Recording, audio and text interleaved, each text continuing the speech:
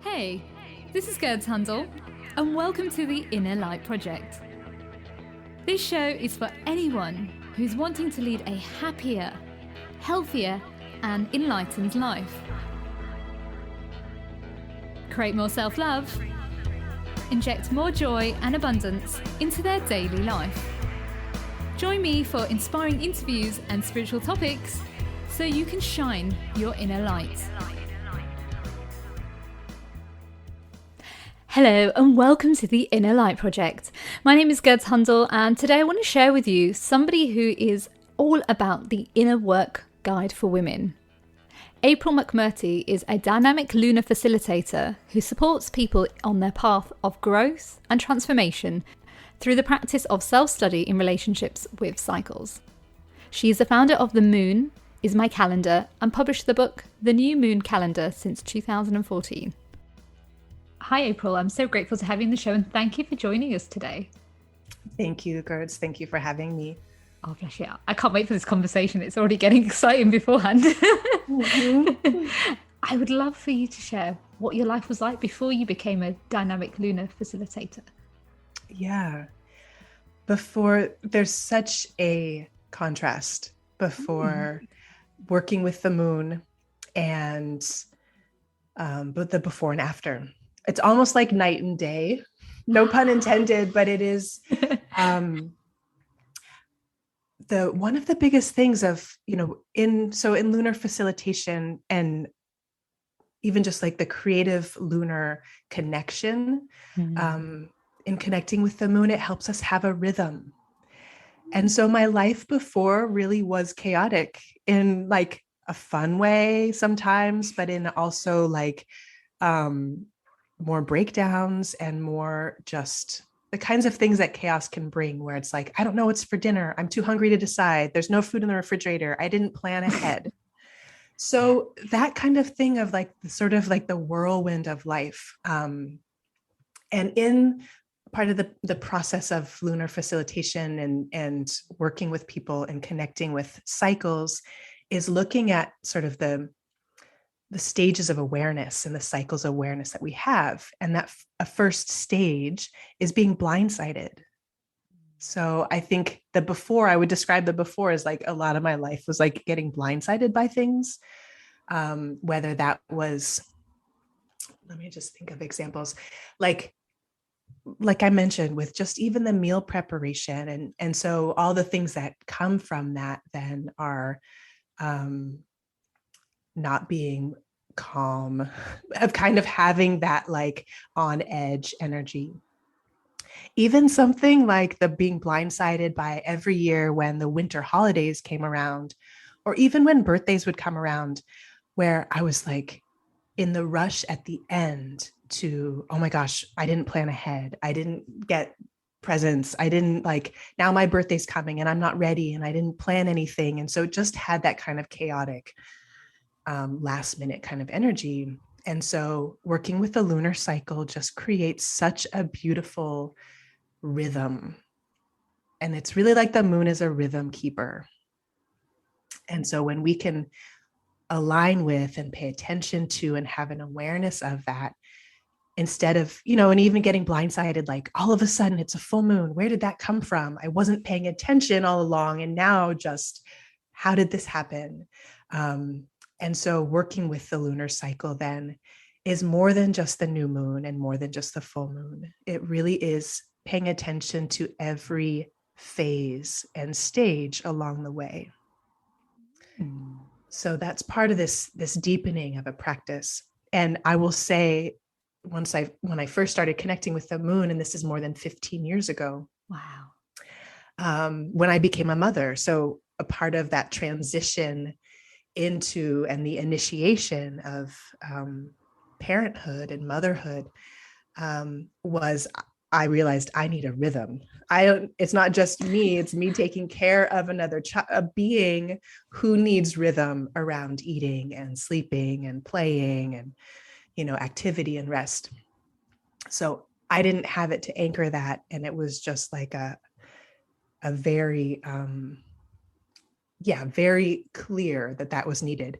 So I started meeting on the new moon with my dear friend, Sita Davis, and we both had kids around the same time. And we're almost never able to finish a conversation together because the kids were like young and always needed something. So we get pulled away.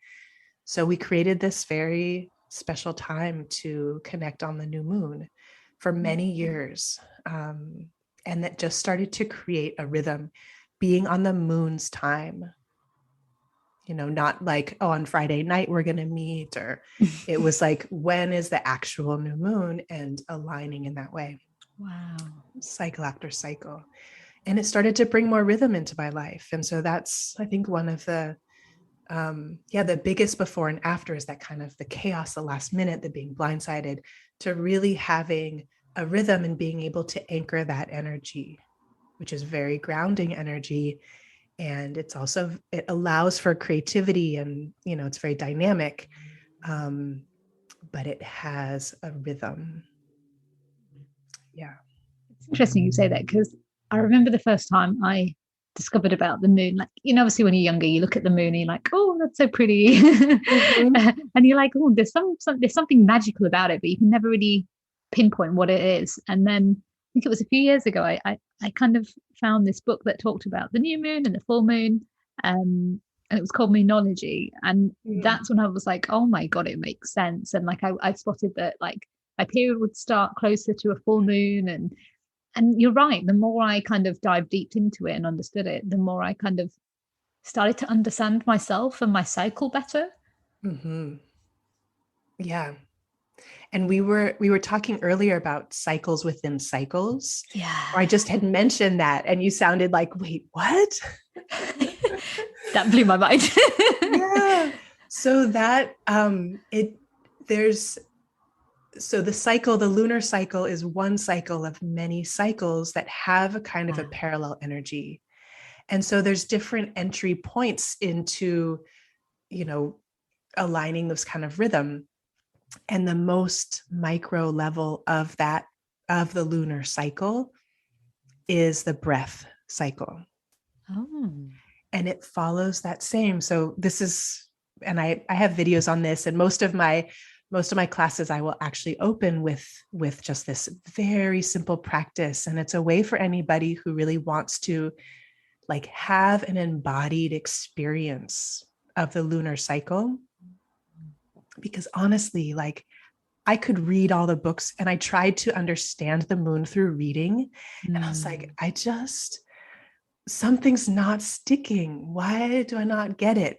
And it was that embodied somatic piece of it, is like, I had to actually feel it in my body for it to make sense. And I think, for people who are more kinesthetic, it's just a modality that works, because then it lives in the body. It's not just an idea or a fact or something you have to memorize or think about even. So if you'd like, I could lead you through the guiding with breathing with the moon, and anyone who's listening could also just have a sense of what that might feel like. Yeah, sure. So I like to start with bringing the palms of the hands together, and in yogic anatomy in the body, right, there's the two channels. There's a solar channel and a lunar channel. And the right side is solar and the left side is lunar. And it helps that L, like, I get my right and left mixed up sometimes. For me, it helps a lot that L is left and lunar. So hopefully that can help for some people too. So when we bring the palms of the hands together, right, we're also uniting the sun and the moon. Wow. Energetically.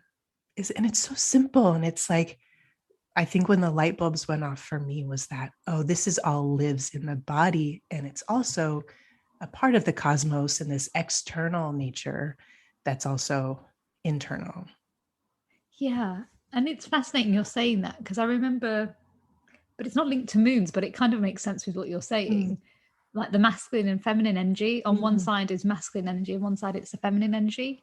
I think it's the right side is the masculine and the left is the feminine. And it parallel. And I will say, like, I often substitute the language of solar and lunar only because there's like all kinds of sometimes just layers of baggage around masculine and feminine. Yeah, true. There's And to me, it goes to the source to say the lunar energy, which again, it's not like all of this is culturally specific in a way that not all people associate feminine with the moon. For me, when I feel into it, it's like the moon is receptive. There is a receptivity. And yes, all people have that capacity within us to develop. And that's why bringing the sun and the moon together is like both the active and the receptive. And so how can I call on these energies when I need them? Only being in a lunar space can maybe get into like too much reflection and not enough action. And only being in a solar space is like too much go, go, go without that pause for reflection. That's fascinating. Yeah. The way I saw it was, I was just going to say, the way I saw it is like the new moon is the masculine, and then the full moon's the feminine. That's kind of how I've always felt it, but that's just because of the energy that I feel around those moons. And there really is that permission, and in the way that I share and teach, it really is like for people to have their own experience. Yeah. I think a lot, even with the moon, there can be a lot of prescriptive language about this is what you do on the new moon, and this is how you should feel. And it's a relationship, and it's a dynamic relationship. And just like anything, when we have a relationship, it's unique to our experience. Yeah. You know, and not everybody experiences the full moon in the same way. True. Yeah. So bringing the palms of the hands together, right? That's uniting the sun and the moon. And that's that place of the exhale, of the emptying out. So if we have our palms of our hands together, this is the alignment for a new moon, is that the sun and the moon are in the same place at the sky, rising at the same time. So their journey begins in this union. And so they rise together. And as we're recording, we just had a new moon.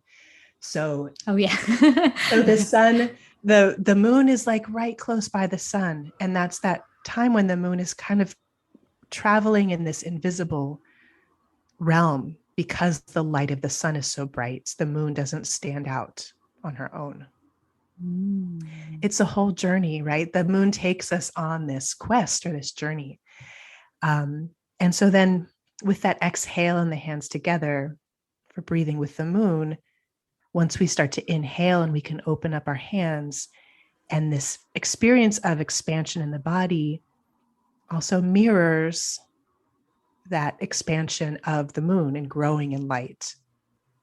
And so when we're inhaling and filling up with this breath, imagining the moon filling up with light and reaching that peak of fullness, and then beginning the waning of beginning the exhale. And then the hands can come back together after that separating and that opening up, exhaling and coming back together again for that reconnection, that union, the sun and the moon coming back together at the new moon. And so that's that inner cycle, that most micro experience of that cycle of inhaling, opening up, expanding, just like the moon growing, and then reaching a peak and a point where then the cycle continues, but it continues in a release. And that's the exhaling and that waning time. Wow.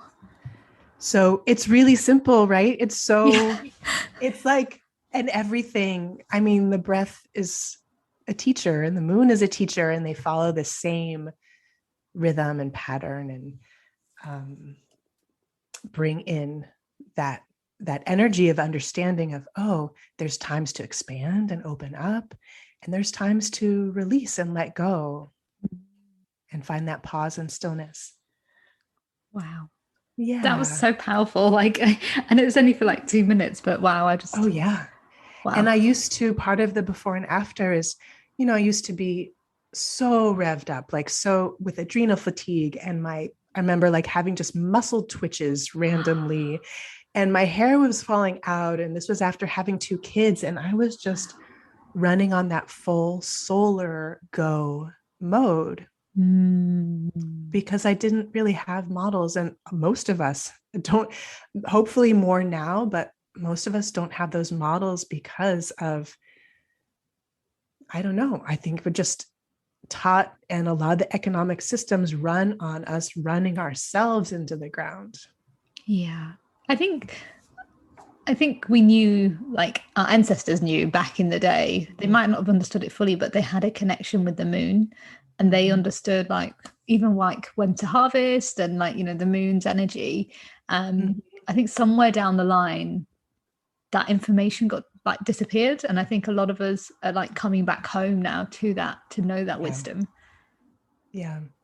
And that is, when you say the harvest, another one of those cycles within cycles is the seasonal cycle, and that harvest cycle of times for planting and times for, that the growing process, and times for harvesting, and then the times for resting. And right, this wisdom is still alive. There are people who, haven't had such a rupture in that connection to these cycles. And for those of us like myself who didn't, there was, I can share a little bit, like there were seeds of it planted for me, but for the most part, like in public school, it just, the calendar didn't have any cycles on it. It was just this very linear experience. And yet at the same time with the school cycle, like there is a kind of, there's these beginnings, things start out, it's back to school, it's exciting, that parallels with the moon. The new moon is like, oh, a new cycle, and it's just beginning again. I'm excited for this journey and my intentions. And then there's the middles, right, of that, like stabilizing the energy, and the kind of, oh, I have to keep doing this over and over, like, oh, where the middles get to a little plateau, or just kind of a, like, it's a more fixed energy of just being steady with something, and you got in the repetition. And then the transitions and the endings of, like, oh my gosh, now it's over. Wait, the cycle.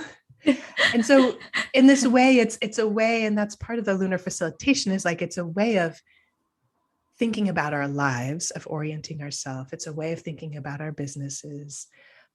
It's really about thinking, even another micro cycle is just our day of, how do we begin?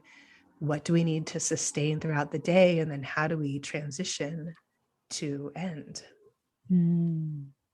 Lots of life lessons. And then that bigger cycle of our life cycle, like we have all these mini opportunities for, like, our breath, and the day and night, and the lunar cycle, and the seasonal yearly harvest cycle within the bigger life cycle.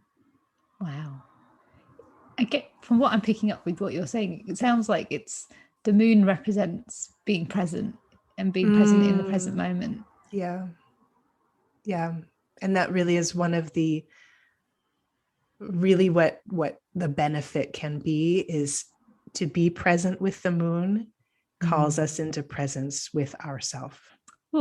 Yeah. Right. Yeah.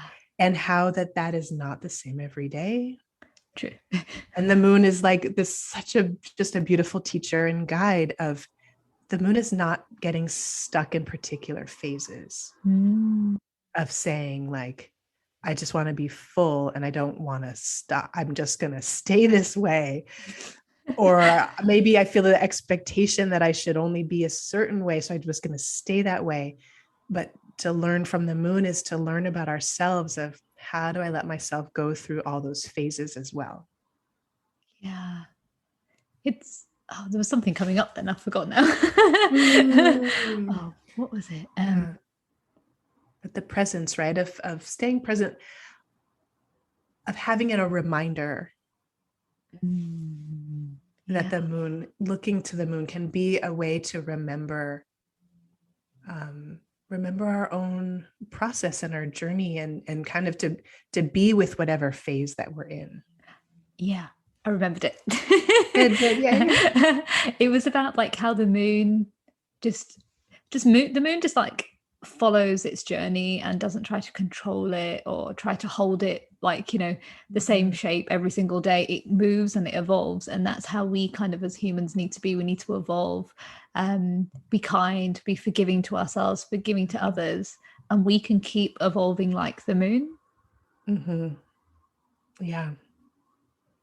That's interesting. I don't know where that came from, but yeah. Right. It's that journey of growth and discovery and transformation, and kind of, never the same place twice. And yet there's a returning. So part of the process too is, so I created out of this experience, created a calendar and journal. And this is actually going on the 8th year of self-publishing this tool. Wow. Which I'm like, wow, how, okay. It's had the beginning excitement of starting something new, and then realizing like, oh, okay, I need to have systems in place to sustain this and keep, continue this and keep this going. And that's really this place. It really is this container to track the journey, to chart the journey, and to see.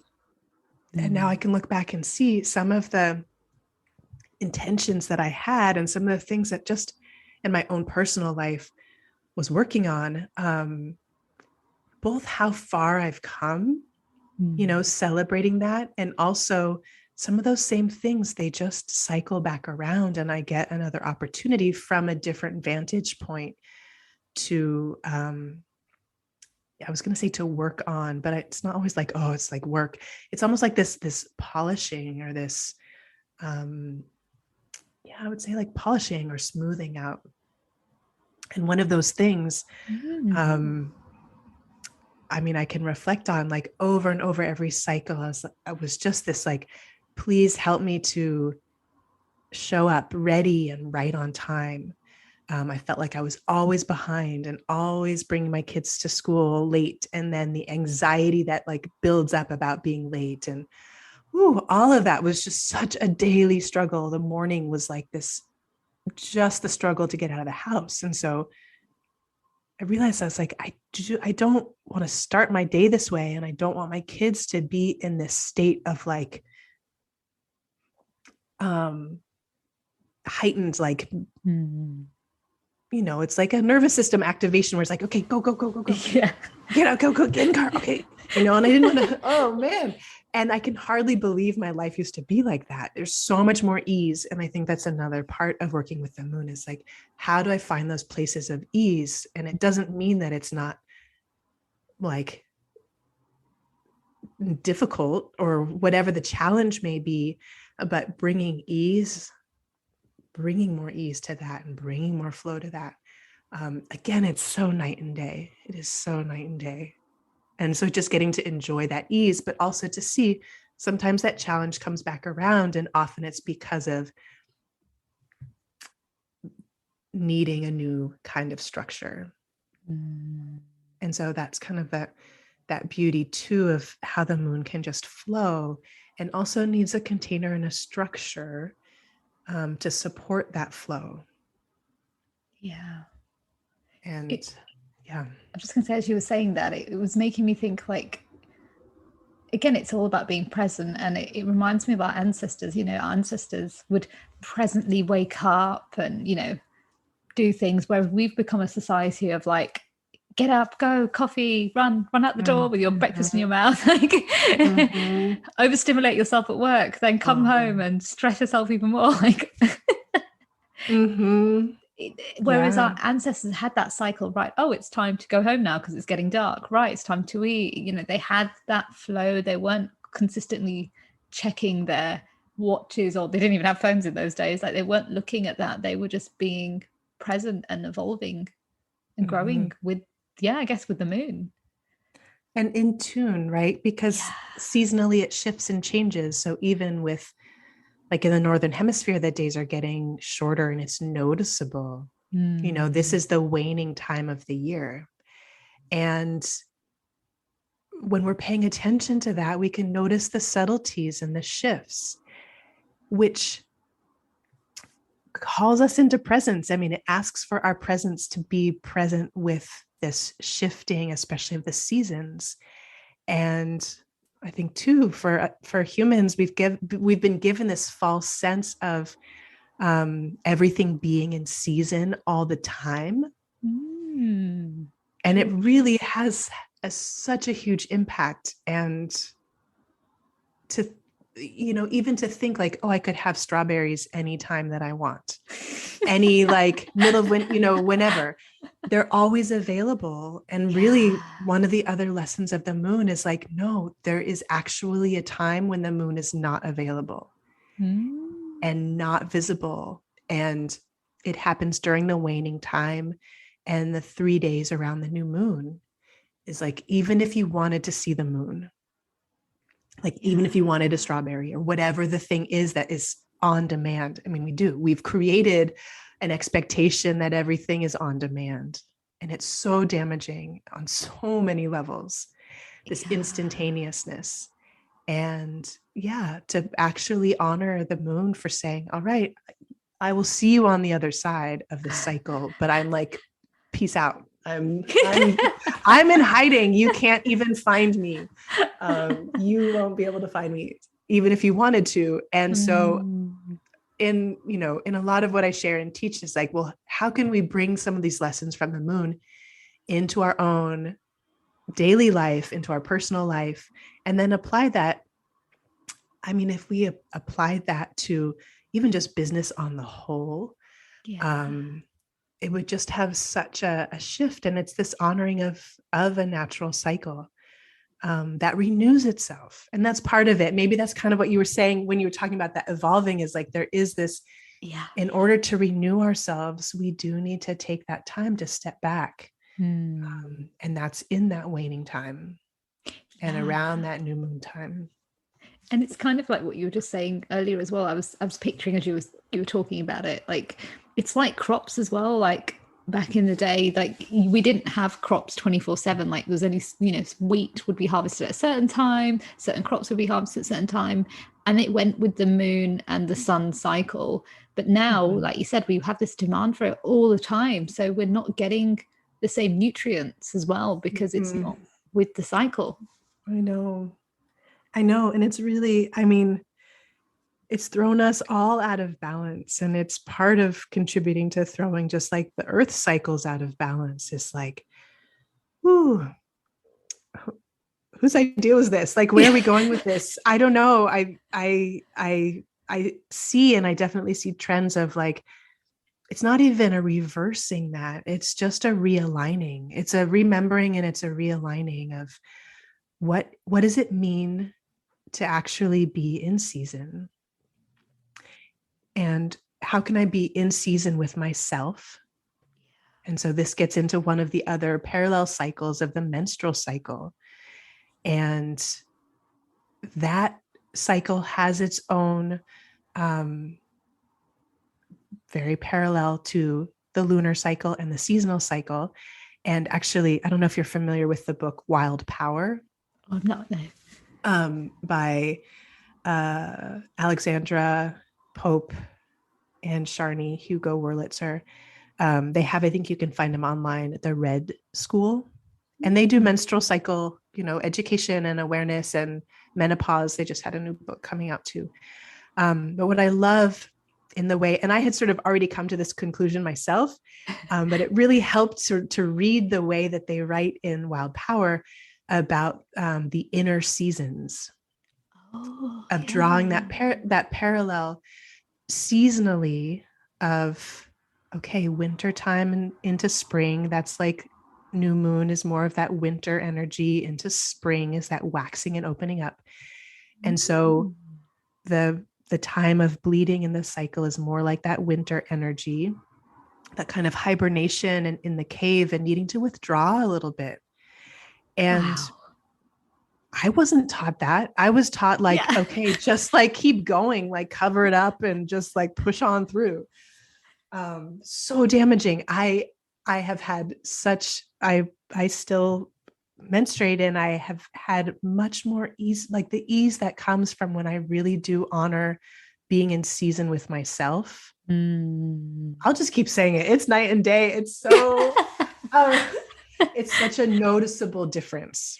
Yeah. And I think, for anyone who's listening to that notices a pattern of like overriding, of knowing that, what are those little whispers in my body? And it doesn't have to be the menstrual cycle. Our own energy can run. It's sort of how our energy runs. And for anyone who doesn't bleed, it can, one way to kind of connect up with that energy is connecting up with the moon to see, what if I just really take this pause around the new moon of just to regroup and reflect and kind of digest the cycle before moving forward and going, opening up and going outward in that spring energy. What happens to notice that pattern of overriding of you hear the whisper and then you keep going. And then what happens? And that's part of, this calendar and journal, this tool. It's called the New Moon Calendar and Journal, and it has a circular calendar with the moon cycle and then phase by phase, a little place to take notes. Oh, wow. And just that's, one of the practices is just practicing, it's self-study. It's looking at, how am I working with my own energy, my own life force, my own like subtle shifts and changes, and then seeing. And I saw the first year I was tracking, I would get sick once a week every lunar cycle. Wow. I would just break down because I was overriding my own energy and I was pushing through and not honoring everything that the moon stands for, which is that the resting and the receptivity. And so it took, I'll say, it's not overnight. It's not like this like quick fix, like instant, because it's really like realigning with that rhythm, with a rhythmic way of being and a cyclical way of being. Yeah.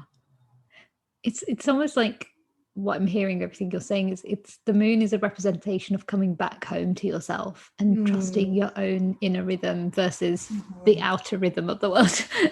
Yeah. Right. Which can be like, you mentioned too, it's like exponentially more overstimulating, like day by day and year by year, except when we went into that deep cave of the pandemic of like halt, like so many things that came to this full stop, which was another, extreme, is like how to honor like that cave time, every cycle as a mini way to honor that, so that we're not just speeding everything up and overstimulating to this place of like a breaking point of like, it can't go on. Yeah. It's so true. Like just what you're saying is, it reminds me, I had an operation in 2017 for a kidney. I was born with a kidney defect, which I didn't know until like I was like turning 30 at that point. And I was like, yes, I'm healing after the operation. I feel good. Then my body shut down. And then I had to learn to surrender. Then I had to trust to the rhythm of my body and like calm basically the F down. And had to really just listen to what my body was saying, what it needed. And it was the first time I actually understood myself better. And it made me appreciate the journey as well, like because I'd already done a lot of healing back in 2012, but again, we're always running and trying to do the next big thing, and I had no choice in that moment. And for about 2 years, I would say 2-3 years, like I felt like I was in limbo mode at that time, but actually I was healing so much and clearing so much and evolving in a different way, but was more aligned with myself than ever before. And so when COVID hit a few years ago, well, feels like a few years ago, but it was only like 2 years ago. And I was actually okay with the COVID because I was like, I'd done it before, but this time I appreciated it more because I'd experienced it, whereas a lot of people hadn't experienced it. And I think it just taught me to appreciate that sometimes we do need those moments of calmness and stillness, and we need to just embrace that pace and not rush like the outer world says. Like, yeah. Yeah. Yeah. And that, I mean, being able to pause in that way and slow things down, and also acknowledge, like, I had that experience for myself of like just being like grounded, so grounded in place. And then, being in communication with my sister, who's a hospice nurse and was working at a nursing facility, and like, had more work and more stress, and not more stress, but it's just like there was a I'm just having that awareness too of that contrast of the polarities of, for people who didn't get that break during the time where their work like kind of revved up and kicked up and went into overdrive, and then how that's playing out now of like, we all need breaks, and why don't we get that? Like, what is the machine that's driving us as a whole collective humanity? The machine that's like, no break, keep going, no break until you break. That's like, oh yeah, how can we trust that cycle? And like, what is that treadmill? And I think it's so much is coming to a head of like, how do we continue life on earth? Like how, and for me, part of it's like, okay, it's a slow process, but when we can live with cycles and be more cyclical in our lives and spread that out in ripples, the cycle includes downtime. And, how might employers on a larger scale look at that as like, oh, wait, downtime, okay, can quote unquote be productive because it actually helps people to like rejuvenate and get refreshed. And investing in that rest, like investing it in the way of like, okay, our only role isn't just to be productive, although it seems like that's the message. We're only valuable when we're productive. And it's really damaging. And to expect that of ourselves. And, I'll say, like, astrologically, I'm a Capricorn sun. And so my idea of rest or doing nothing is still doing a lot of things, because I feel like there's a part of me that really just is programmed into like, it feels good to accomplish things. It feels good to have like things to do and to create them and bring them into the world. And like, it's really satisfying, but not at the expense of health and well-being and, and any of that. So for me, the before and after was like, I need to honor what the moon's wisdom. And, I would rather like work on projects all night long and like come up with, all the creative ideas and build new websites and just make things like constant. But it did get to a point where my health started breaking down. And I noticed when I wasn't taking care of myself, my youngest child, who's very sensitive, before they could even talk, like if I had stayed up too late or was just, overworking myself. Because when they were born, I was working like 3 jobs. What? So, and I was like, and I just underestimating what it required of me to do those things. I was like, no big deal, whatever, a little bit of the martyr thing. Like I can do whatever. I'm superhuman. I can do this. Well, no, the answer is actually no.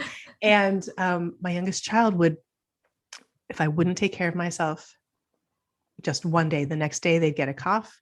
And then it would go into like actual full-blown pneumonia.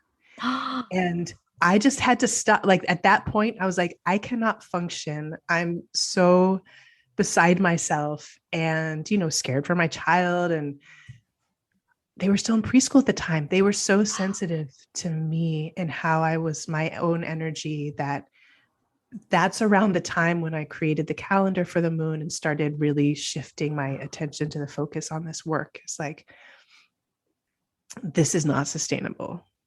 And if I have a child who's like my own, what is it, canary in the coal mine? I don't know if that's a good analogy at all, but just my barometer or my like meter of a mirror, right? It's a mirror, and it was being reflected back to me of this is not sustainable. You can't keep doing this. So and also they were in tune with the lunar cycle because they could sense it. Like it's like, hey, it's time for you to chill out. It's time to, it sounds like they were really in tune with their inner wisdom and probably weren't able to express it the way they would like, but it was coming out through pneumonia or something. It makes sense. Definitely. Yeah. Wow. That's so fascinating. Yeah. Wow. I know. It's been quite a journey. It really, and it continues to be, and it really never gets old. I think that the lessons and the wisdom of the moon, once you're really in relationship, I mean, really with anything in nature, like I said, there's so many entry points of even like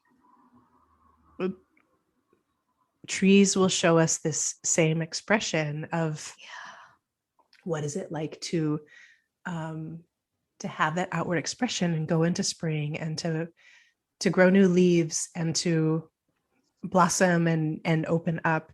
And then what is it to begin to let go and to wane and to go into that fall season. And, there's one of my favorite trees. I'm in Northern California, and one of the native trees is the California buckeye, which I love because the expression, the cycles that it goes through have such a distinct expression. And in the winter, the tree looks dead. It's just, it's silvery bark. There's no life. It's just like, I'm done. I'm out. Like, and then comes back to life in such a spectacular way with these blossoms that are so intoxicatingly fragrant, and like just each stage is so marked and clear that even before connecting with the moon, I often lived by a buckeye tree and would watch seasonally, oh, the buckeye's doing this, oh, the buckeye's doing this, and kind of mark time. And all of us can do this, mark time by the expression of the plants in our environment.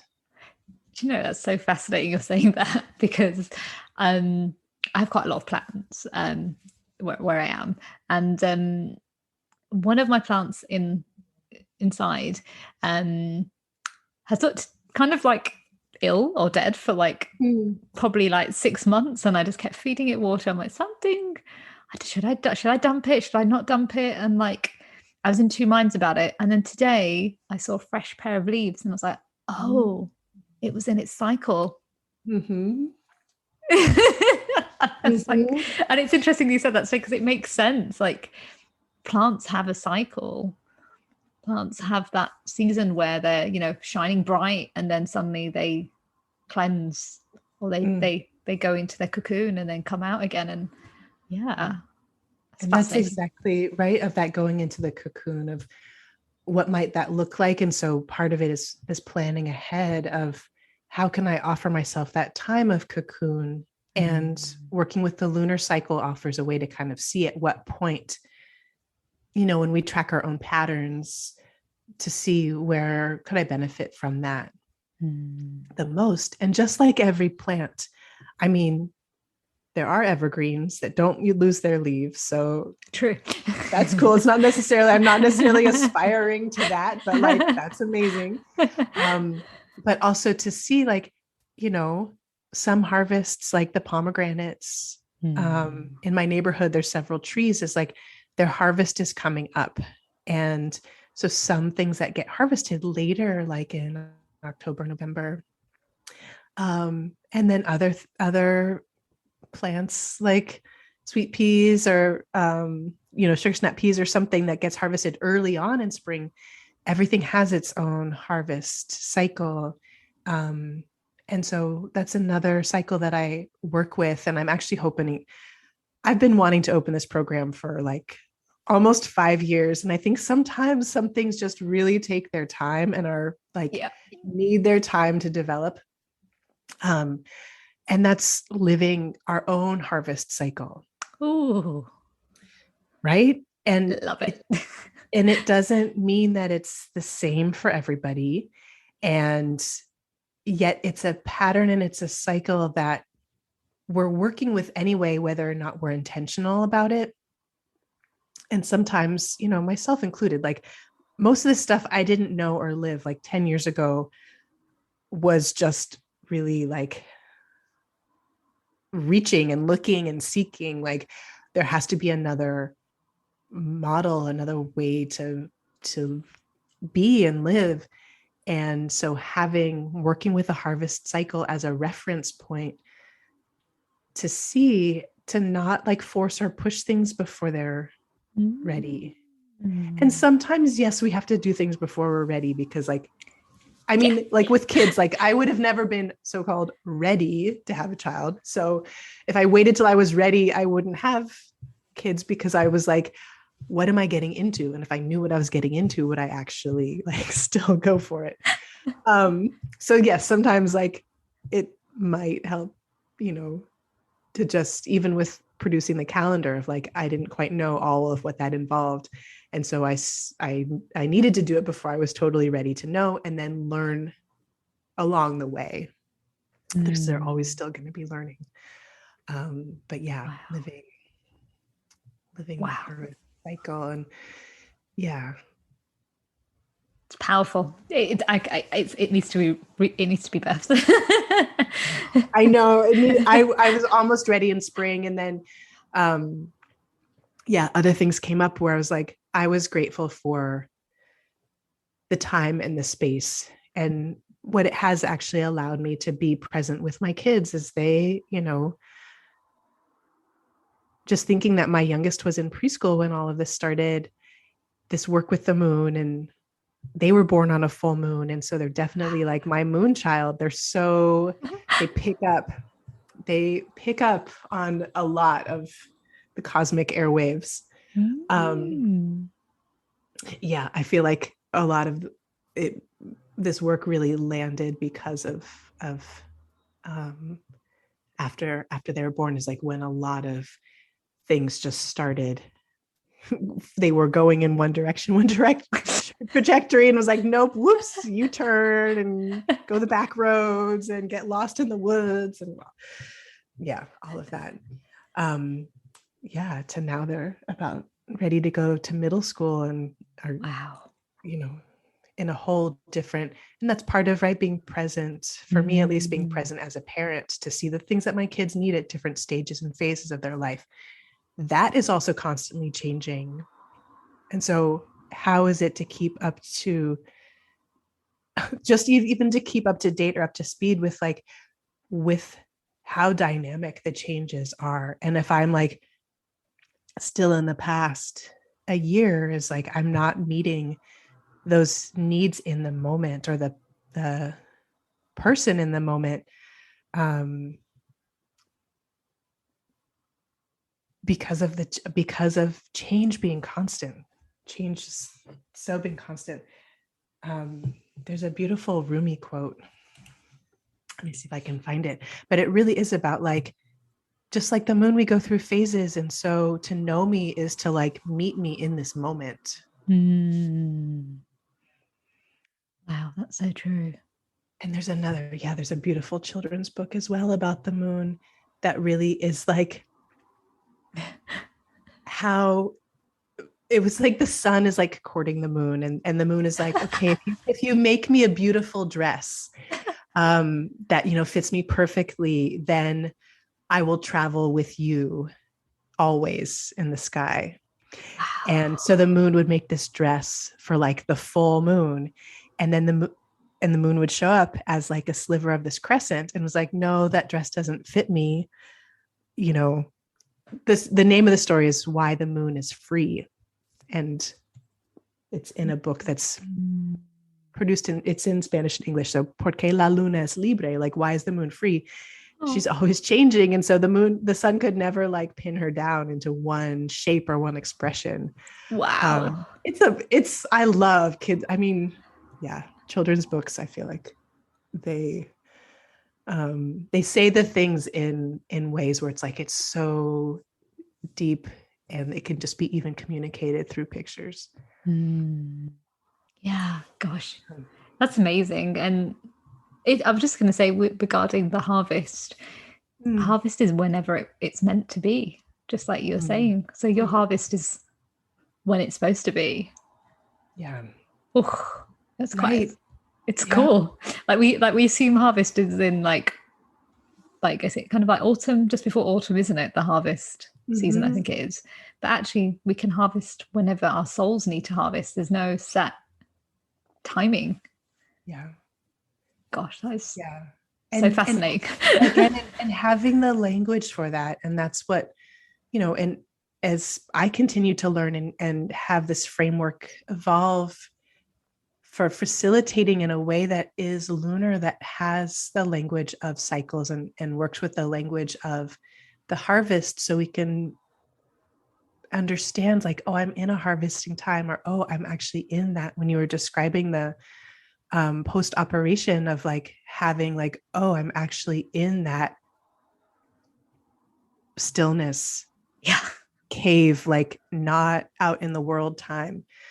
And then noticing too, when we are out in the world, as honoring that phase and saying, wow, okay, this is the phase that I'm in, and it's not always going to be this way. So honoring it for what it is. And then it's almost like, I'd say another before and after for me is like how to navigate transitions. And that I realize a lot of the timing and getting my kids late to school and all of that was like, from being asleep to waking up to like getting going and leaving the house, there's a lot of transitions that happen. And especially for kids, like they do need a lot of support in transitioning, not being pushed and not being for like any of that. And so even as adults, how do we transition from one thing to the next? And how do we honor those transitions from one stage or phase to the next? And I feel like a lot of that is lost in like Western, however we want to describe capitalist, like the whole paradigm of being separate from nature, or not seeing ourselves as a part of nature, or needing the same kinds of things of like honoring transitions into fall. And so, there is a kind of a remembering, and the moon really does, in what it both symbolizes and can teach us, a lot of it does have to do with remembering. Something you said earlier about coming home.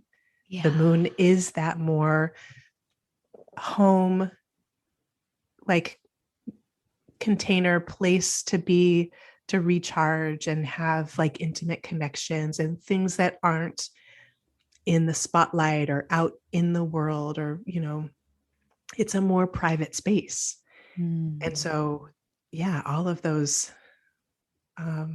even just connection to childhood wonder, and to memories, and like ancestral memories as well, and a reconnection, because all like the moon has always been a timekeeper and still is. There are many calendars that are lunar calendars or solely lunar calendars.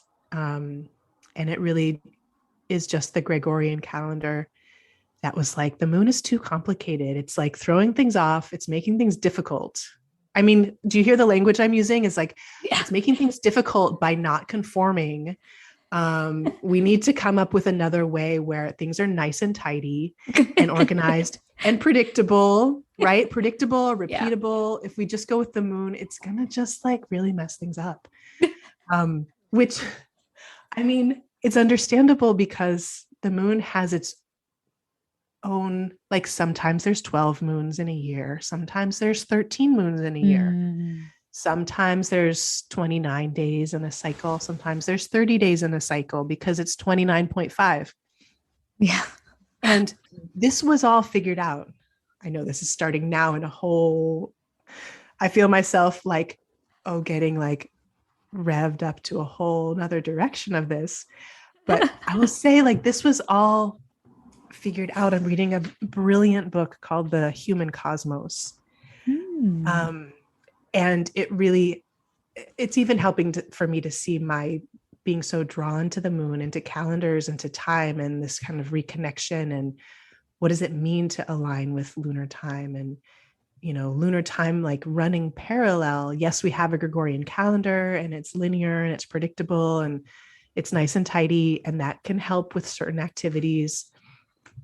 It's not like, it's just that it's running parallel, and it's parallel to this weaving of the moon and the lunar cycle. So anyway, all of this was all figured out in like Babylonian times, like early, like all of so much wisdom, like, and so many from so many places all over the world of like this wisdom has been present and known. And it's just that for many of us that has been like ruptured, or there isn't a connection back to our own place in the cosmos and our connection to these cycles. But this was all being worked out. And I think the Greeks kind of took credit for all of it, but it went way back. They were referring to like the cuneiform tablets of Babylonian times where they had worked out all the planetary stuff. They like had their own computation, all of that going. And so,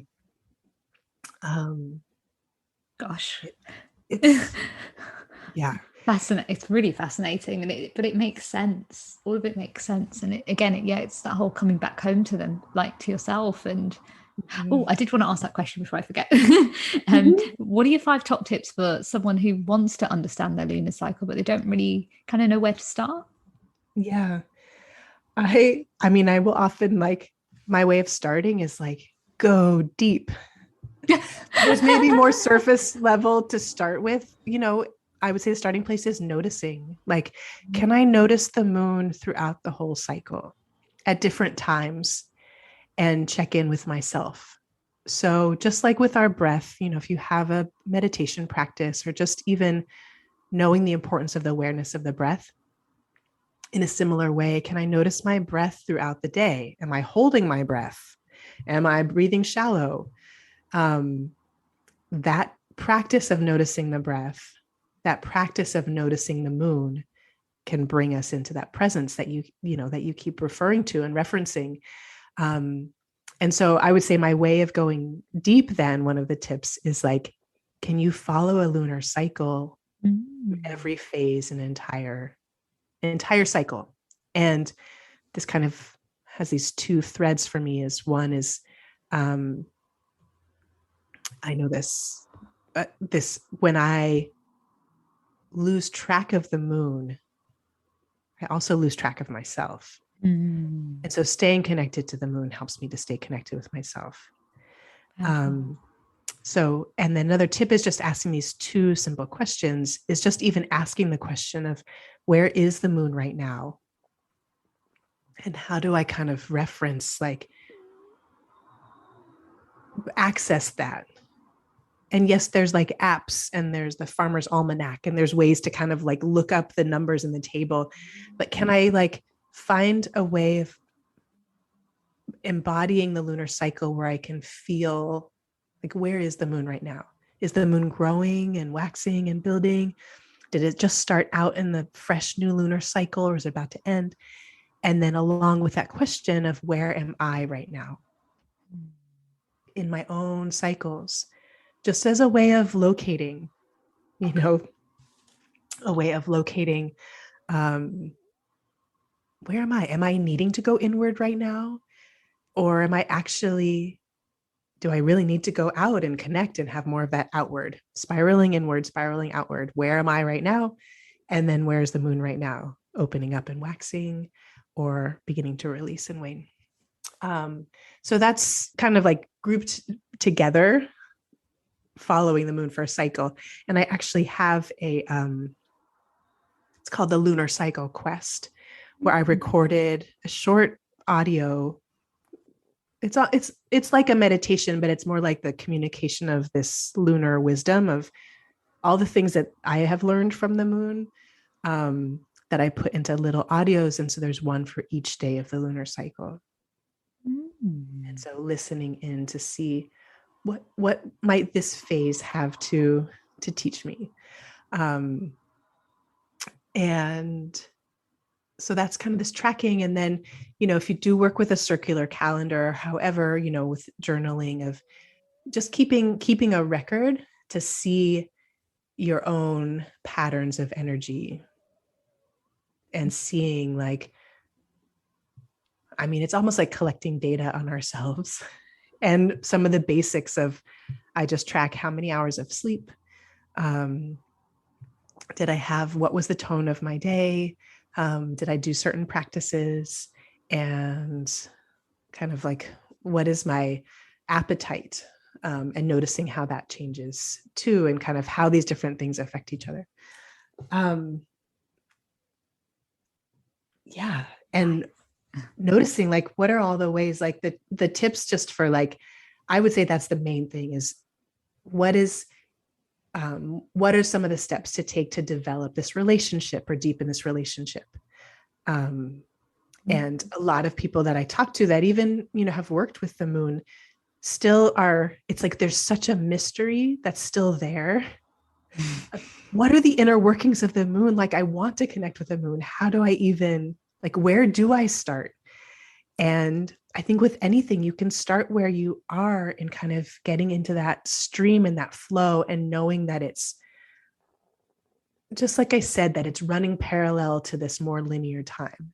And so it's almost like stepping onto another track that's more, it's rhythmic and cyclical, and making those shifts and allowing the time that it needs to take for those shifts. And other things that I mentioned that we've talked about is even picking a plant, picking something that goes through cycles, and just noticing and honoring those cycles. We can honor those cycles outside of ourselves as a way of helping us to honor the cycles within ourselves. Oh, powerful. Yeah.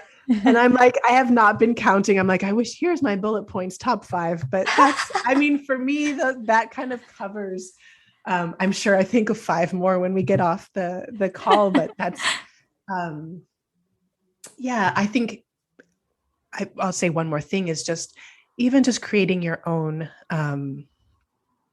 practices, and that you could call it a ritual, or it can just be one small thing I used to do when my kids were younger. I'd check out a lot of books at the library.